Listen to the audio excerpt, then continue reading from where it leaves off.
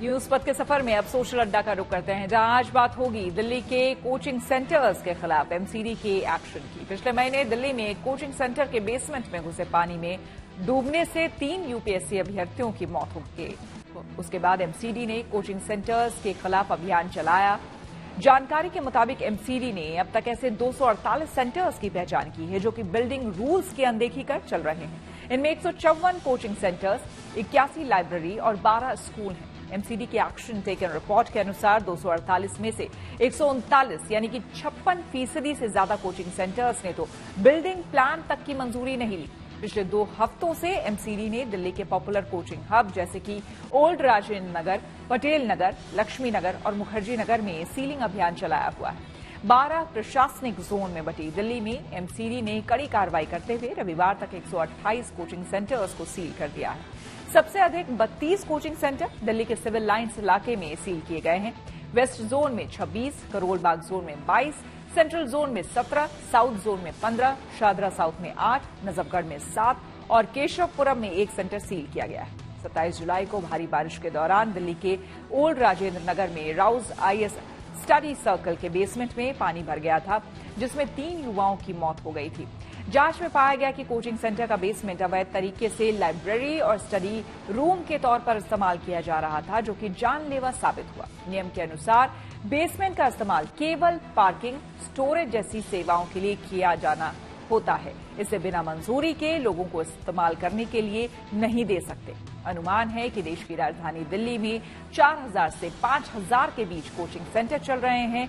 इसके अलावा कई छोटे ट्यूशन सेंटर और लाइब्रेरी रीडिंग रूम भी हैं। ओल्ड राजेंद्र नगर के बेसमेंट में हुए हादसे की जांच में ये सिफारिश की गई है कि ऐसे हादसों को रोकने के लिए कोचिंग इंस्टीट्यूट्स और आउटर दिल्ली में तय जगह पर शिफ्ट इन्हें किया जाए और इसके लिए बनी गाइडलाइंस का सख्ती से पालन हो। जानकारी के मुताबिक दिल्ली में कोचिंग सेंटर्स चलाने की मंजूरी पहली बार फरवरी 2007 में दी गई थी।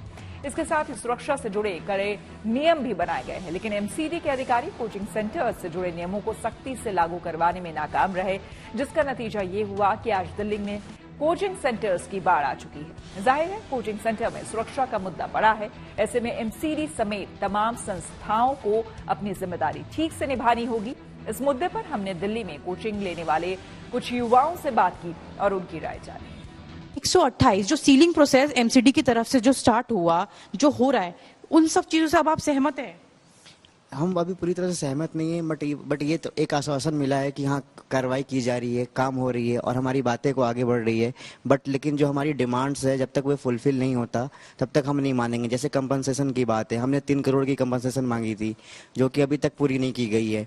और सीबीआई का जो प्रोब के अंदर लिया गया, जो जांच हो रही है, वे भी मतलब हमें चाहिए कि पब्लिक डोमेन में सारी चीज़ें आएँ। ऐसा ना हो कि जैसे बच्चे हम लोग पढ़ाई लिखाई कर रहे हैं, पढ़ाई लिखाई छोड़ के वहाँ बैठ रहे हैं प्रोटेस्ट पे, हमारी पढ़ाई नुकसान हो रही है, इंडिविजुअली सबकी नुकसान हो रही है।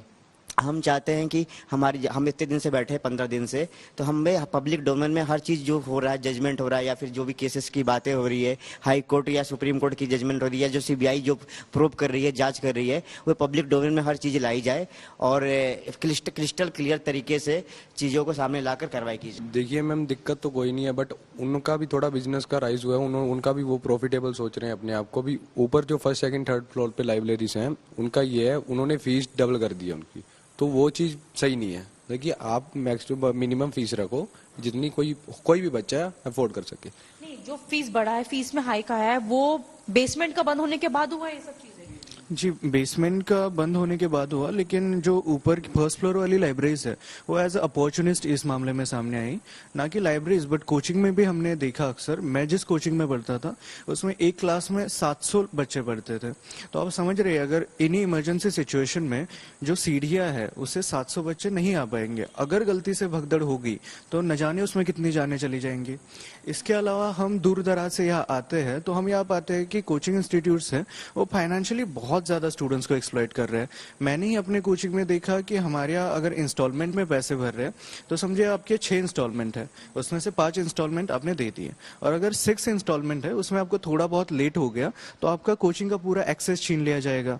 इसका मतलब यही है कि जो कोचिंग इंस्टीट्यूट है वो उनको बस पैसों से मतलब है। बस एक अगर आपका इंस्टॉलमेंट लेट हो जाए तो आपका पूरा एक्सेस न जाने 1 महीना 2 महीने के लिए छीन लिया जाएगा। तो तो ये चीज पे ध्यान देना अभी भी बहुत जरूरी है। मतलब बहुत सी ऐसी चीजें हैं जो अभी भी पूरी नहीं हुई है। ये सिर्फ एक शुरुआत बोले हम। हाँ, ये बिल्कुल एक शुरुआत है, क्योंकि अगर आप रेस्टोरेंट्स में देखें तो फसाए का लाइसेंस नहीं है इनके पास। बेसमेंट्स का इशू लोग जरूर कवर कर रहे हैं, लेकिन जो एक्सप्लॉइटेशन पीजी ओनर्स और जो मकान मालिक हैं वो जो लड़कों के साथ और वो जो लड़कियों के साथ कर रहे हैं, ये अभी भी अनकवर्ड है। और इतनी भद्दी किस्म की, मैं आपको प्रूफ के साथ चैट दिखा सकता हूँ, लड़कियों से बात करा सकता हूँ कि वो ब्रोकर क्या कहता है लड़की को कि पैसे कम कर लूंगा, क्या करना पड़ेगा। तो बहुत दुखद बात ये है मेरे लिए। मैम एक्चुअली रियलिटी है कि ये कोचिंग सेंटर ज्ञान के केंद्र तो बिल्कुल भी नहीं है।